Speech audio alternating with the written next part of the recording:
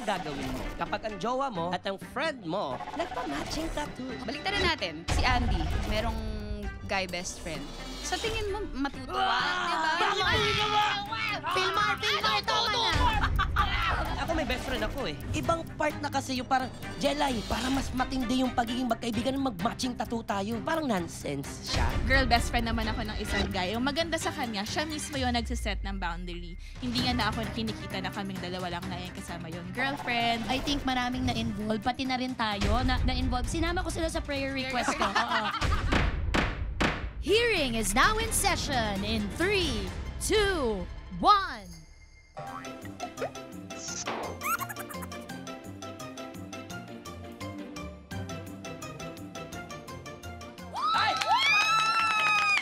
Kayo Guys, papasin niyo po buhay na buhay ang mga marites dito sa studio ngayon dahil hindi pa rin sila makaget over sa mga isyong naganap kamakailan lamang. Ay, naku talaga naman, Madam Chair. Teka, Madam Chair, ikaw ba? Hindi ka pa rin ba nakaka-get over? Actually, hindi ako masyadong invested sa issue na to.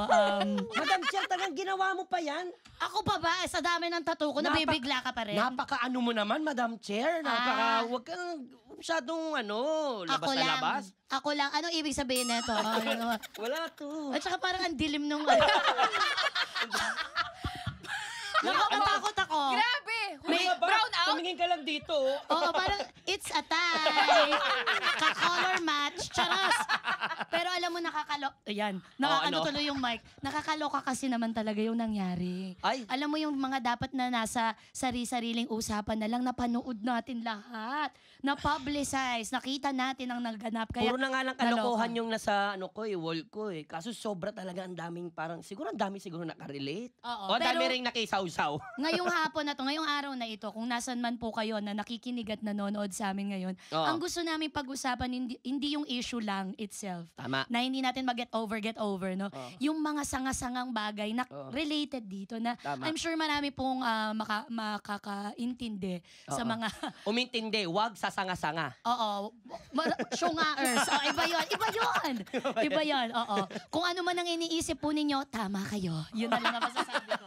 Go. O wag na natin patagalin po ito. Yes. Simulan na natin ang ating hearing kasi I'm sure gustong-gusto nyo rin itong imbestigahan. Dahil ang issue natin ngayon, ano ang gagawin mo kapag ang jowa mo at ang friend mo nagpa-matching tattoo? Hello!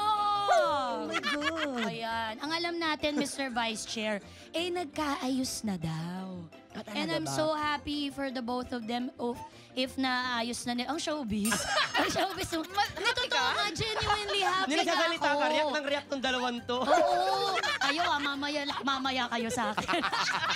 Pero totoo, genuinely masaya ako. Kahit ano naman yatang pamilya, ikaw pamilyado ka. Naman, oo naman. Gusto mo na buo-buo ang lahat ng pamilya for the sake of the kids, Mismo. well-being ng lahat, ng involved, mental health, kung ano man yan. I'm happy for you guys na naayos nyo na po ito. Pero, pag-uusapan pa rin natin. Oo. Kaya naman, simulan na po natin ito. Please rise for your honor. Madam Chair, Tuesday Vargas. Thank you so much. Please rise, respect me. Tinuruan nyo. Oo. Tsaka may pagbabanta. Please sit down for your second chair, Mr. Buboy Villar. Magandang araw sa inyo. At para magbigay ng kanilang mga opinion sa issue na ito, sinupina po namin ang dalawang babaeng palaban, dalawang babaeng very vocal, at dalawang babaeng, of course, very sexy. Di po ba? Ang host ng podcast. May padila pa. Ang host ng podcast na Chicks to Go. Let's welcome Hershey Neri and Ashley Rivera. Ashley! Mag-hi naman kayo. Hello po! Kamusta po kayo? Kumain na po ba kayo? Sobra. Para hindi malito, pwede na lang yung Ashley Neri Vera. Inombo na yung pangalan. Combo meal na. Kung hindi nyo pa po sila pina-follow or hindi nyo pa po pinapanood ang podcast nila, gawin nyo na po ngayon kasi kaya nga po namin sila inimbitahan para itibag ang kanilang podcast. Tama. Itibag. Oh, Oy! Kasi nga interesante silang makausap. Naman. Okay? Ayan, ibig sabihin matatalino at magagaling ang ating mga guests Mismo. ngayon at wala silang uurungan na topic at dahil dyan, kailangan yung manumpa para sure kami. Okay? Itaas inyo ang inyong kanang dede. Pwede ba? Ginawa naman. Alam mo, kakasabi mo lang, di ba? Matatalino. Sabay, dede yung pinaano mo. Kasi naman tayo! Yung nakatambad ba naman sa mukha mo, anong gagawin Problema ko? ko ba kung nakaganyan na siya? Yan na yan Pasensya eh. na, mali-mali ako. Kung ano nasa harap ko, nasasabi ko kagad. Diba? Yung pag nabibigla ako, ganon. O kanang kamay na nga lang, sige na nga. Kami ang brainy breasties. Yes. Ang ganda. Brainy besties. I love it. Okay, do you swear to tell the truth, the whole truth, and nothing but the truth, so help yourself? I do.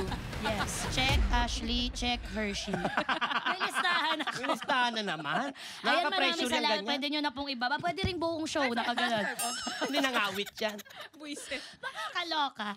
Okay, so balik tayo sa topic na dapat pag-uusapan natin Okay, go. today. This is all about boundaries. Yun pala yung gusto kong sabihin kanina.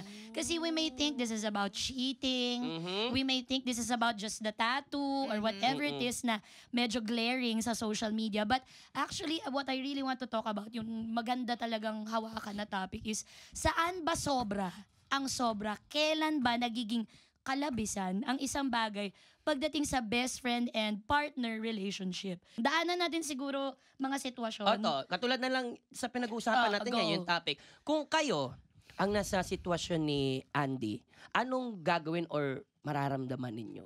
Ako ang problema ko kasi dun. Bakit kailangan... Yes, ako yung apektado. Hindi ko gets kasi. Andy, Bakit ikaw ba yan? Oo, Oy, teka, baka sandali masyado lang. ka. Si Ashley ka. Ashley pala, Ashley. Ito hindi naman sa nakikiso. Hindi nakikiso! Eh, yan ang laging opening line ng chismosa. Ano lang naman. Ang akin lang naman. Oo. Pero ito, sa ganang akin. Oo. Yun nga, tattoo. Bakit? Kasi forever nga siya, 'di ba, sa balat. Ano yung point mo doon? Bakit ganun ba ka-importante magpa-tattoo? Tapos yung timing pa na after nila mag-away according to Andy. So, doon pa lang medyo, anong meron? Tsaka it's a type of tattoo na buti sana kung smiley face Yung or something meaning, na no? wala na yung pwede mong imbentohin yung meaning nun. Pero 224. Which is today, tomorrow, forever. Ang galing mo naman. Parang masyado namang ang sweet. Oo. Para ano to, as a friend? Correct. 'Di ba? Ang dami-daming pwedeng ang dami-daming pwedeng Pwede naman siguro, ano lang, Pwede BFF. 'di ba? Pwede ba yun? Pwede BFF. or as a friend. Oh, 'di ba? True. Smiley face. Meron pa daw Ganon. pala dito as a friend o Diba? kaya As a joke friend. lang. Joke Joke lang. Eme! Hindi nyo pa Charis. nakita yung nasa likod. 224. Pero Masyado kayo. Pero baka lang naman fan sila ni Hershey kasi birthday ngayon eh. Happy birthday! 224. Oh, sabi Diba? tattoo ko yung birthday ni Hershey. Napaka-coincidental naman na birthday mo talaga yung 224. Eh, ikaw, anong take mo naman doon, Hershey? Pag sila nagpatato ng 224, you Inasumi, oh my God, alam mo birthday. Ang sweet nyo. mahal na mahal talaga ako ng jowa ko. Pati best friend niya, mahal din ako. Oh my God. Pag sa'yo pala nangyari, okay lang. Ang iisipin mo, they like me. Gano'n ka open-minded eh. Diba?